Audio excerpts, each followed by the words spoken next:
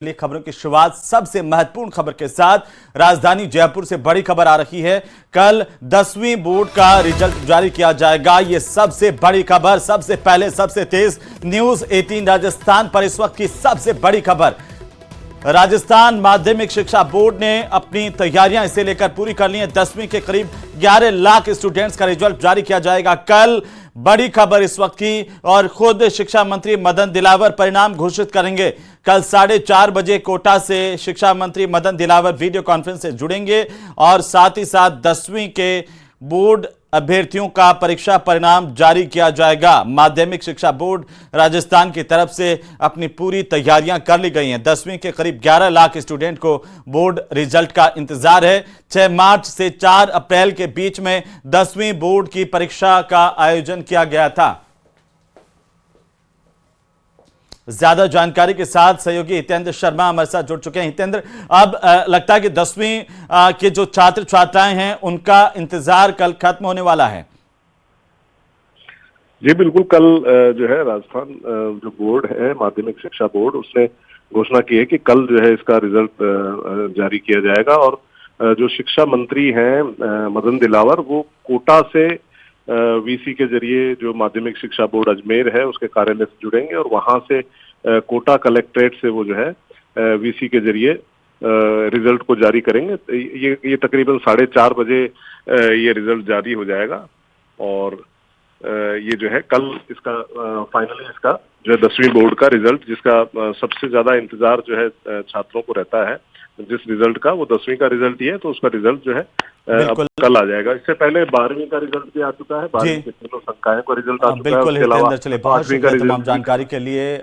Update हम आपसे लेते रहेंगे। बहरहाल झुंझुनू से इस वक्त की बड़ी खबर मिल रही है, जहां भजनलाल सरकार में राजनीतिक नियुक्तियों का दौर अब शुरू हो गया है। ओबीसी आयोग में अध्यक्ष और 4 सदस्यों की नियुक्ति हुई है। झुंझुनू के पूर्व बीजेपी के जिलाध्यक्ष पवन मावंडिया को सदस्य बनाया गया है। मुख्यमंत्री भजनलाल से नजदीकियों के चलते सदस्य बनाए गए पवन मावंडिया के मनोनयन के बाद कार्यकर्ताओं में खुशी की लहर देखी जा रही है। सेवानिवृत्त जज मदन लाल को आयोग का अध्यक्ष बनाया गया है, तो वहीं प्रोफेसर राजीव सक्सेना, मोहन मोरवाल, गोपाल कृष्ण भी सदस्य होंगे इस आयोग के।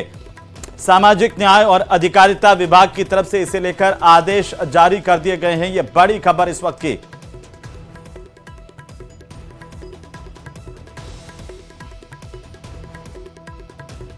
और इसी बीच राजधानी जयपुर से बड़ी खबर हम आपको बता दें, सेप्टिक टैंक में 4 लोगों की मौत के मामले को लेकर बड़ी अपडेट है। न्यूज 18 राजस्थान की खबर का असर हुआ है। राज्य मानवाधिकार आयोग ने इस पर संज्ञान लिया है। प्रकरण को गंभीर मानते हुए मानवाधिकार आयोग की तरफ से नोटिस जारी किए गए हैं। जयपुर के जिला कलेक्टर, पुलिस कमिश्नर को नोटिस जारी किया गया है। गंभीरता से जांच कर दोषियों पर कड़ी कार्रवाई के निर्देश दिए गए हैं।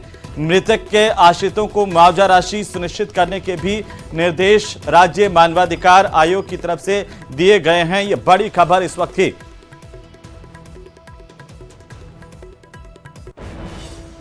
तो ये बड़ी जानकारी, सबसे पहले सबसे तेज ये तस्वीरें आपकी टीवी स्क्रीन पर। और इस वक्त की सबसे बड़ी अपडेट यह है कि इस खबर पर राज्य मानवाधिकार आयोग की तरफ से संज्ञान लिया गया है। और ये एक्सक्लूसिव जो तस्वीर है, मानवाधिकार आयोग की तरफ से जो नोटिस जारी किया गया है उसकी तस्वीर भी हम आपको दिखा रहे हैं। मृतकों के आश्रितों को मुआवजा राशि सुनिश्चित करने के साथ साथ जिम्मेदारों पर कड़ी कार्रवाई करने के आदेश दिए गए हैं राज्य मानवाधिकार आयोग की तरफ से। साथ ही इस पूरे प्रकरण की निष्पक्ष जांच की बात भी कही गई है।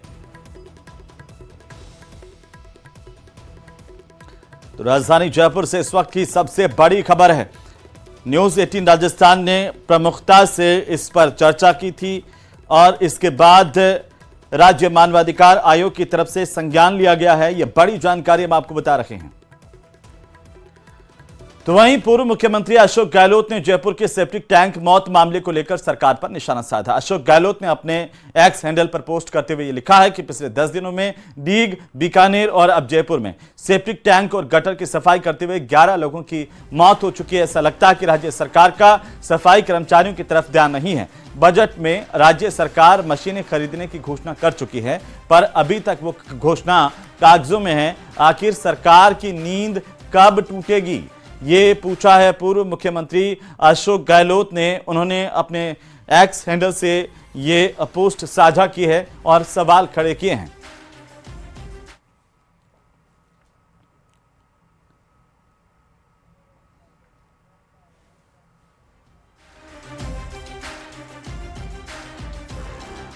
तो वहीं दिल्ली पुलिस की क्राइम ब्रांच ने भरतपुर जिले के डीग इलाके में चल रहे अवैध हथियार बनाने और सप्लाई करने वाले एक गिरोह का भंडाफोड़ किया है। पुलिस ने इस मामले में अब 5 आरोपियों को गिरफ्तार किया है, जो कंट्री मेड पिस्टल और राइफल बनाकर के दिल्ली एनसीआर के गैंगस्टर्स को बेचते थे। ये खास रिपोर्ट देखिए।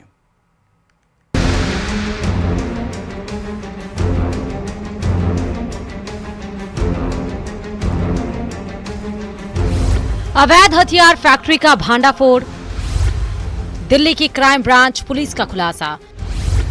महीनों की रेकी और 3 दिन चली कार्रवाई।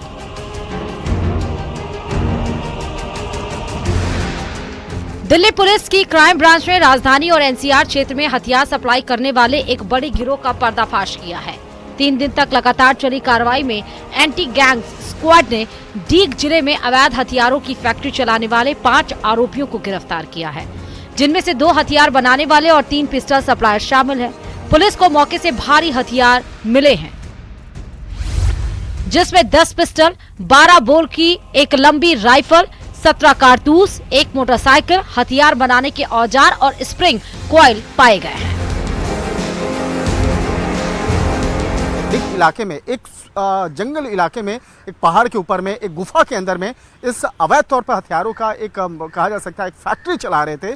और वहां पर जिस तरह से अवैध तौर पर हथियारों को बना करके दिल्ली एनसीआर में बेचा जाता था, इस मामले की जानकारी दिल्ली पुलिस की क्राइम ब्रांच को हुई। उसके बाद दिल्ली पुलिस की क्राइम ब्रांच ने इस मामले पर एक बड़े ऑपरेशन को चलाते हुए इन तमाम आरोपियों को गिरफ्तार किया। हालांकि शुरुआती तौर पर 5 आरोपियों को गिरफ्तार किया गया है। डीग इलाके की इन तस्वीरों को देखकर आप भी हैरान रह जाओगे। डीग जिला की एक पहाड़ी के ऊपर गुफा में हथियार तैयार किए जा रहे थे। आरोपी देशी हथियार बनाकर कुख्यात गैंगस्टर्स और बदमाशों को सप्लाई करते थे, जिनमें दिल्ली एनसीआर में सक्रिय विकास लगरपुरिया गैंग का नाम भी सामने आया है। दरअसल 4 मार्च 2025 को दिल्ली पुलिस की क्राइम ब्रांच ने एक एफआईआर दर्ज कर विकास लगरपुरिया गैंग के एक सदस्य रोहित गहलोत को पकड़ा था। उसके पास से 2 कंट्री मेड पिस्तौल और 3 राउंड कारतूस मिले थे। पूछताछ में सामने आया कि उसने ये हथियार डीग जिले के पहाड़ी इलाके से जुगाड़ किए थे। इस जानकारी के बाद क्राइम ब्रांच की टीम ने ग्राउंड वर्क और टेक्निकल सर्विलांस के जरिए जानकारी इकट्ठा की और डीग जिले के 4 गांवों में छापेमारी की प्लानिंग की। पुलिस टीम पर फायरिंग की भी कोशिश की गई, लेकिन उन्होंने साहस और सूझबूझ के साथ कार्रवाई को अंजाम दिया और हरविंदर सिंह, सोनू सिंह, मुबीन, शेर मोहम्मद उर्फ शेरू और जुबैर को गिरफ्तार कर लिया।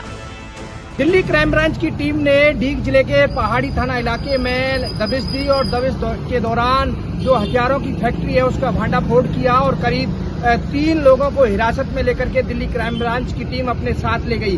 हथियारों को भी बरामद किया है और जो हथियार बनाने के उपकरण थे उनको भी जो दिल्ली क्राइम ब्रांच की टीम है उन्होंने जब्त किया। करीब 10 पिस्टल और अन्य जो सामान था वो जब्त किया गया है। बताया जा रहा है कि पहाड़ी इलाके में ये पूरी हथियारों की फैक्ट्री चलाई जा रही थी, जिसकी लगातार दिल्ली क्राइम ब्रांच की टीम रैकी कर रही थी और रैकी के बाद इस कार्रवाई को अंजाम दिया गया।